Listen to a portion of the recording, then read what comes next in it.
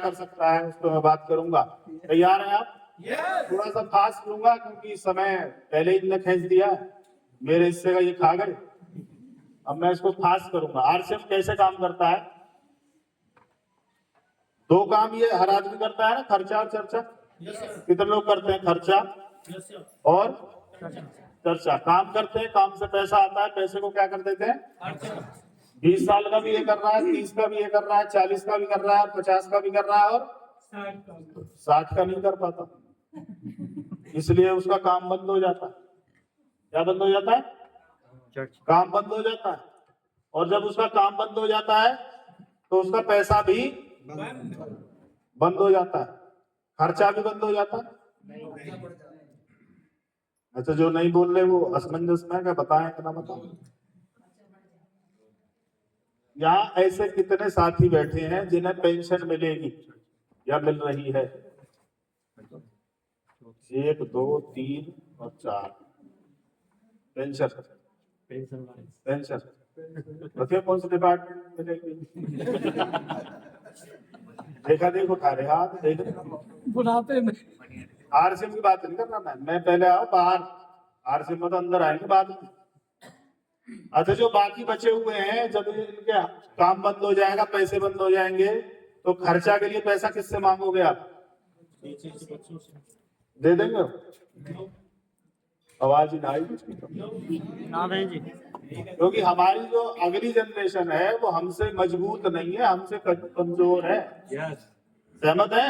यहाँ बैठे कुछ लोगों ने 100 किलो की बोरी कहाँ उठाई होगी?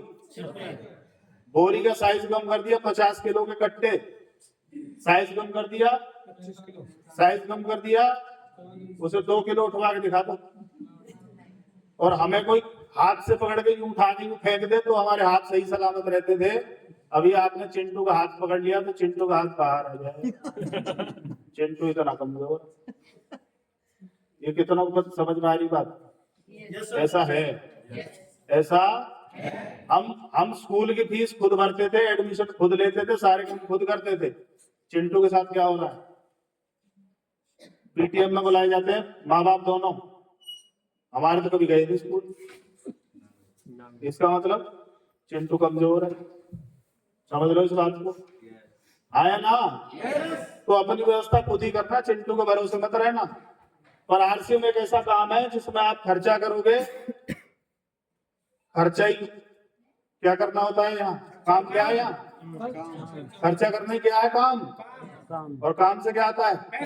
सब कुछ बंद हो सकता है, खर्चा बंद हो सकता है, तो हमारा काम भी तो पैसा भी बंद नहीं होगा।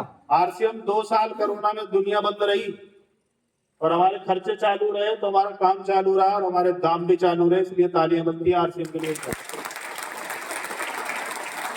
एक ऐसा काम जो खर्चा करने से चलता है और बाहर लोगों को खर्चा के नाम में डर लगता है, ये खर्चा हो रहा है।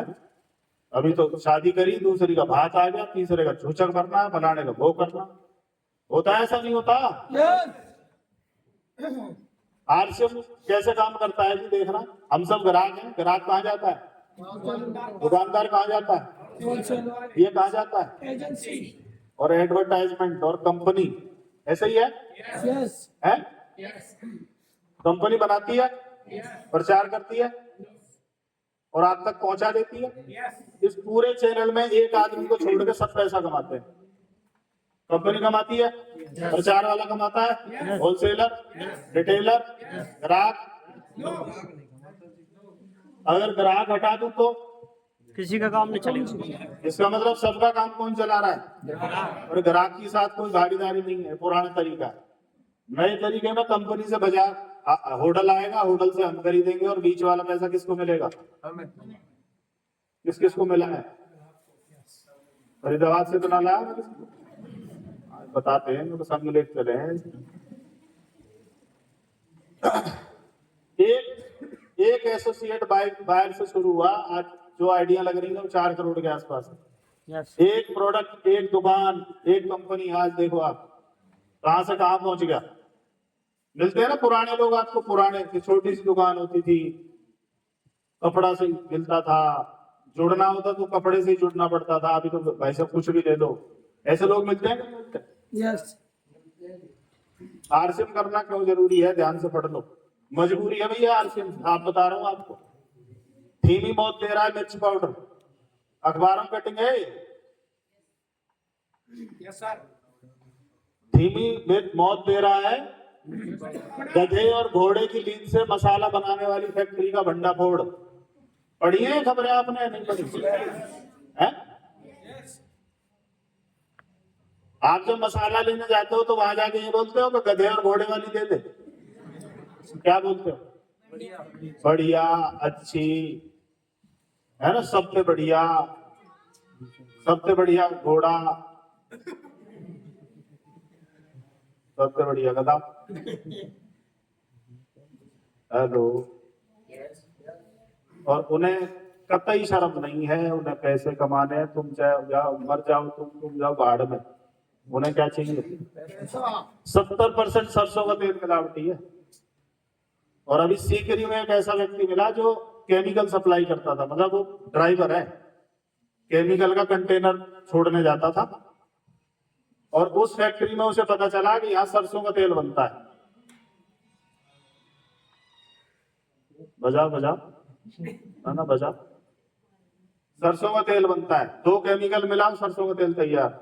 एक सिंगल सरसों का दाना नहीं जाता उस फैक्ट्री में, और फैक्ट्री बना क्या रही है?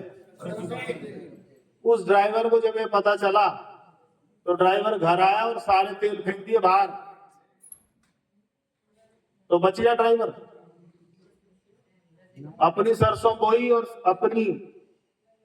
अपना सरसों का तेल। अब तो बच जाएगा?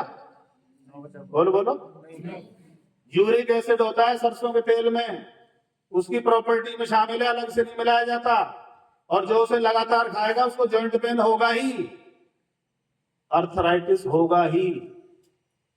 ये मैं नहीं बोल रहा, साइंस क्लियर कर चुकी है। और विदेशों में इसे यूज खाने में यूज नहीं करते, वो एक्सटर्नल यूज, केवल मसाज के लिए यूज करते हैं। और हम किस लिए यूज करते हैं?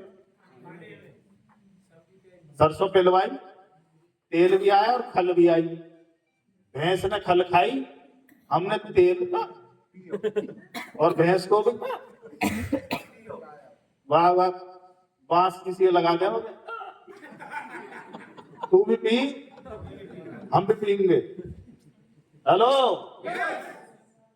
और उसके बाद इन बीमारियां बढ़ रही हैं। और मैं नहीं कह रहा, मिलावट के कारण 2050 तक 70% लोग होंगे कैंसर से पीड़ित।